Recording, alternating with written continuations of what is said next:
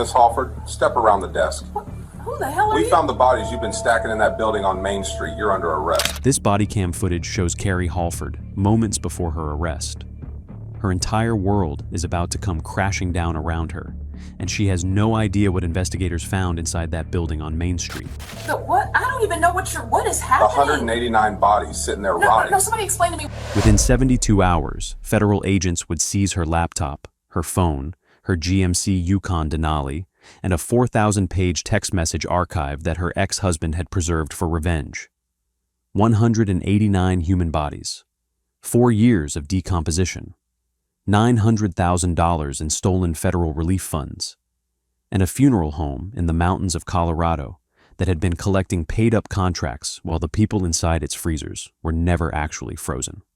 Before we go any further, would you trust a small-town funeral home with the remains of someone you loved? Leave an answer in the comments, and hit subscribe now if you haven't yet. Carrie Halford was born in 1977 in Colorado Springs, the daughter of a long-haul truck driver and a seamstress who worked out of the family's back bedroom. Her childhood was unremarkable. She was a quiet student. She earned middling grades. She graduated from Harrison High School in 1995 and took a job at a Marshall's discount clothing store the following Monday, pricing clearance items at $7.25 an hour. For 6 years, she moved between retail jobs. She stocked shelves at a grocery store. She worked the register at a gas station on Academy Boulevard. She answered phones at a dental office in Security Widefield. None of it stuck. None of it felt like a career. Friends from that period would later describe her as restless, ambitious in a vague way, and deeply aware that her peers were moving faster than she was. The shift came in 2001. A cousin passed away, and Carrie attended the funeral at a mortuary in Pueblo. Something about the procedure fascinated her. The staff were calm. The families were grateful. The business seemed steady, recession-proof, meaningful. Within 6 weeks, she had enrolled in a mortuary science associate program at Pikes Peak Community College. She was 24 years old. Her instructors remembered her as competent and ambitious. Her evaluations described her as detail-oriented and personable with families, though occasionally impatient with clinical coursework. She graduated in 2003. She took a job as an apprentice at a small mortuary in Canyon City, making $13 an hour and working weekends. She told her mother this was the beginning of something bigger. She met John Halford in 2005. He was a tall, lanky white man from Colorado Springs with a sales background and an easy charm. He talked fast.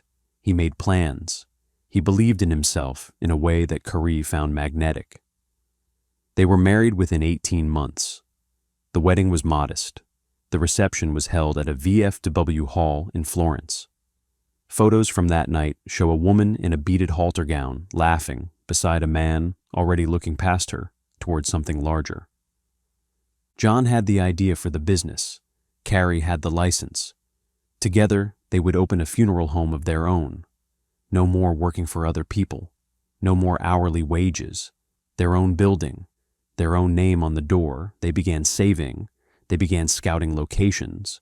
They began telling anyone who would listen about the small-town funeral home they were going to build together. In 2017, they found it. A small brick building on Main Street in Penrose, Colorado, a town of about 3,000 people tucked between Canyon City and Pueblo. They named the business Return to Nature Funeral Home.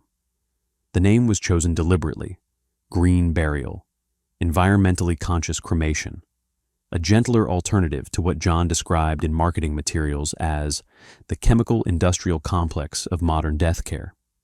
The Fremont County Chamber of Commerce held a ribbon-cutting ceremony. Local newspapers covered the opening. Carrie stood in front of the building in a navy blazer, holding oversized ceremonial scissors and smiling for the camera. She was 40 years old. She was a licensed funeral director. She was a small business owner. She had, by every external measure, arrived. The funeral industry in the United States operates on trust. When a family walks into a mortuary, they are at the worst moment of their lives. They are exhausted. They are grieving. They are rarely in a position to question pricing, verify procedures, or audit the chain of custody for the body of someone they love. They sign contracts, they pay deposits, they hand over the remains, and then they wait. In Colorado, funeral homes are licensed by the Department of Regulatory Agencies. Crematoriums are inspected periodically, but not continuously. Cremated remains are returned to families in urns or temporary containers, and almost no family tests what is inside. A human cremation produces between 4 and 8 pounds of bone fragment and ash. Concrete mix, by weight and texture, is nearly indistinguishable to someone who has never handled the real thing. There is no smell. There is no easy visual test. A family receiving an urn has no reason to suspect what is inside is anything other than their father, their mother, their child. Return to Nature sat at the intersection of two industries, traditional funeral services and a growing eco-burial movement. The business promised families a choice: traditional cremation, green burial on a private plot, body donation to scientific research.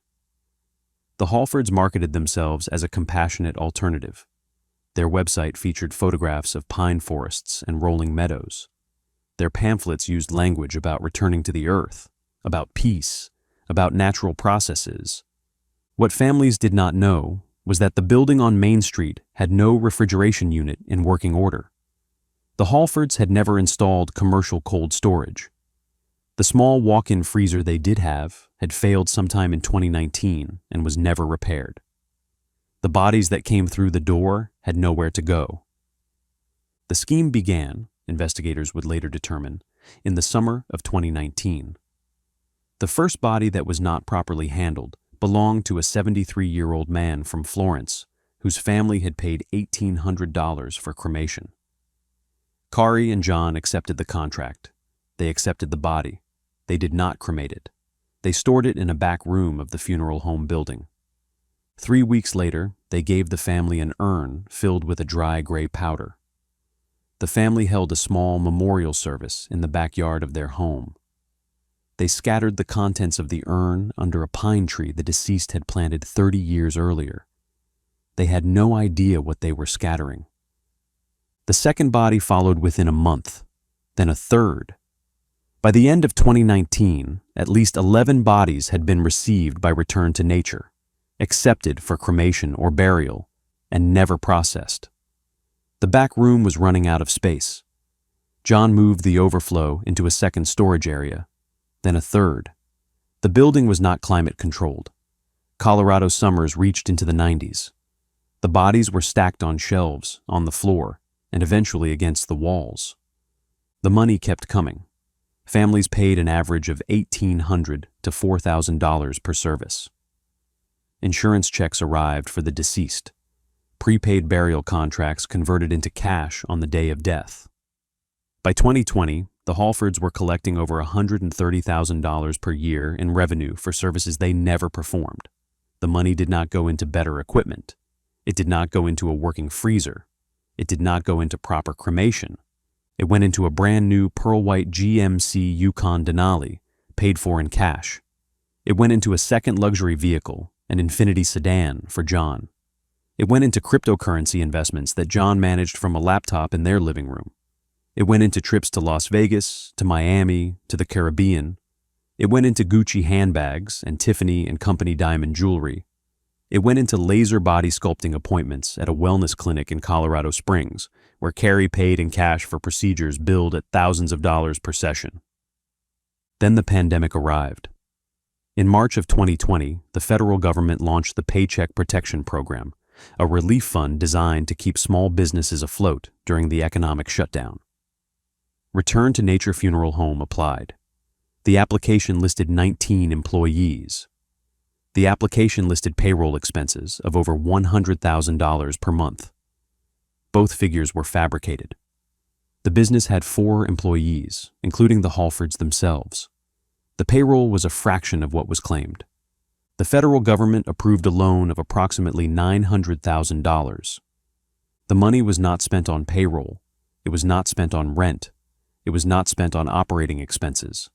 Investigators would later trace it to the same pattern: luxury vehicles, designer goods, cryptocurrency transfers, cash withdrawals. John Halford would eventually admit in text messages that the relief funds had been the best thing that ever happened to us. Stories like this do not get the attention they deserve. If you want to see more accountability coverage, the kind of reporting that follows the money all the way to the prison gates, subscribe now and turn on notifications. Every case on this channel is real. Every consequence is documented. Let us continue. By 2022, the pattern had hardened into a routine. Families would arrive, contracts would be signed, bodies would be accepted, urns would be returned. No actual cremation was ever performed. The Halfords began using a concrete mix purchased in bulk from a hardware store in Pueblo. They would scoop the dry mix into urns, seal the lids, and hand the containers to grieving families. In 2 documented cases, they handed back the wrong body entirely. A woman received an urn for her mother. The ashes inside, had they been real, would have belonged to an elderly man from a different county who had been deceased for 18 months. The building on Main Street was past capacity. Bodies were stacked floor to ceiling in 3 separate rooms. The smell was so severe that neighbors later described it as overwhelming from the parking lot. Complaints to the Fremont County Health Department were filed, but not acted upon in time. Employees who had seen inside the back rooms quit and signed non-disclosure agreements in exchange for back pay. One former employee would later tell investigators, I think I always knew. I just did not want to be the one to make the call." The catalyst was not a whistleblower. It was not an audit. It was not a family demanding answers. It was the smell. In early October of 2023, a passerby walking past the building on Main Street in Penrose called the Fremont County Sheriff's Department and reported what she described as a terrible odor, like rotting meat, coming from the funeral home. The caller was a retired schoolteacher who walked the same route every morning. She had noticed the smell gradually worsening over the summer. She had assumed, at first, that a deer had died in the alley behind the building. Then that something had gone wrong with the septic system. Then that perhaps a raccoon had crawled under the foundation and died there. On the morning of October 4th, she could no longer convince herself of any of those explanations. The call was logged. A deputy was dispatched. When he arrived, the smell was so powerful that he could not approach the front door without covering his face with the collar of his uniform shirt. He radioed dispatch and described what he was experiencing as unlike anything he had encountered in 14 years on the job. He called for backup. He called for the health department. He called for the Colorado Bureau of Investigation. Within 24 hours, agents had secured a warrant. Within 48 hours, they had entered the building. What they walked into would take 3 weeks to fully catalog. What they found inside would dominate national news for the next week.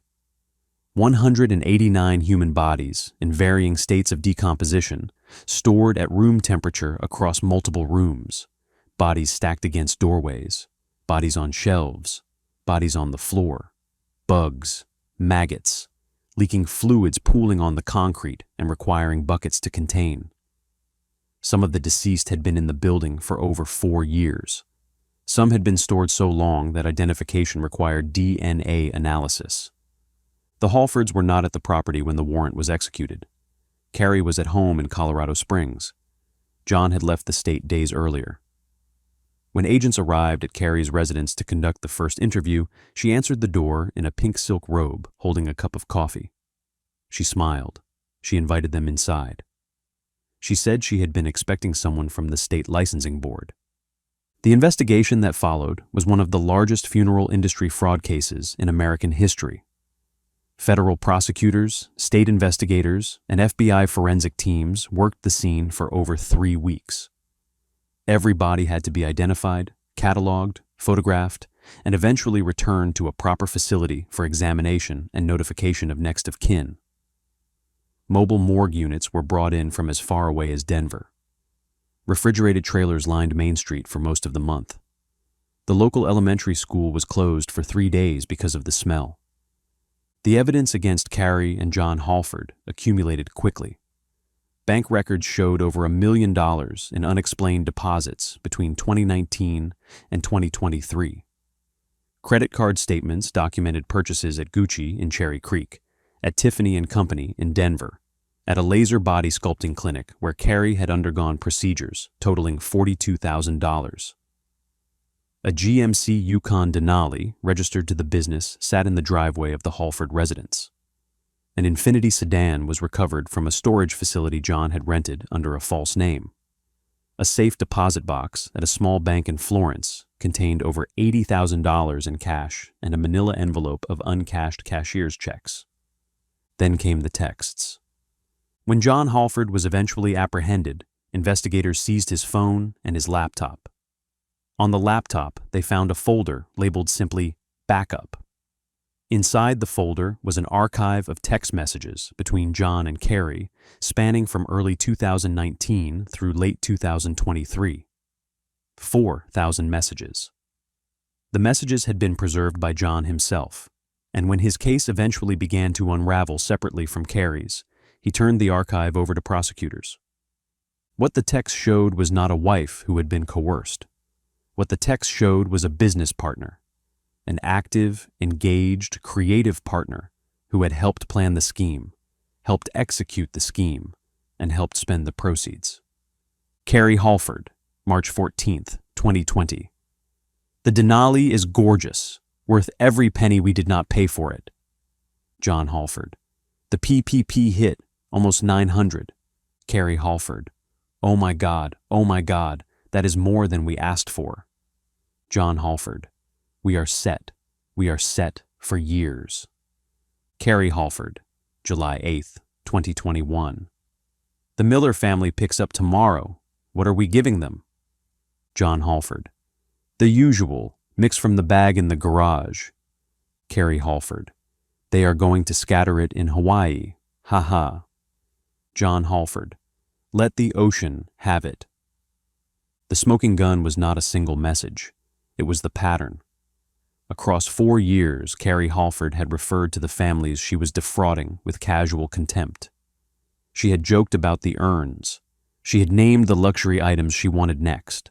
She had signed off on each new body, each new fake cremation, each new payment with the same cold enthusiasm. Investigators also recovered a handwritten ledger in Carrie's home office. The ledger tracked revenue by family name, by service type, by dollar amount. Next to certain entries, she had drawn small stars. Investigators initially believed the stars were a notation system. Under questioning, John Halford admitted that the stars marked families who had paid in cash and who Carrie had judged were unlikely to ever follow up.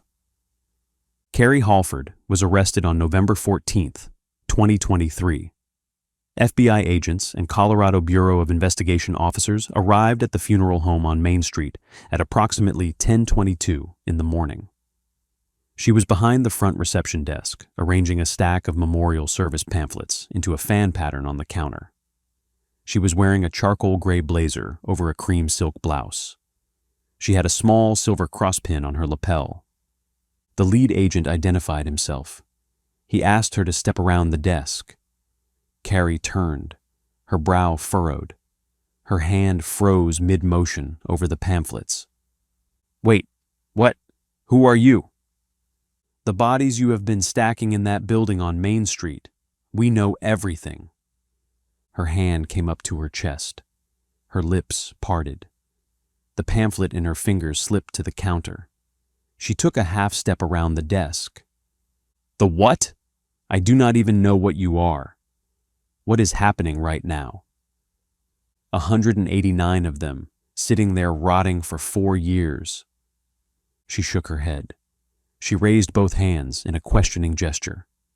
She did not look away from the agent's face. No. Somebody explain to me what. I do not understand what you are. She was handcuffed at the desk. She was walked out of the funeral home in the same blazer she had arrived in. She was photographed for federal booking at a facility in Denver later that afternoon. She did not ask for a lawyer during the drive. She did not cry.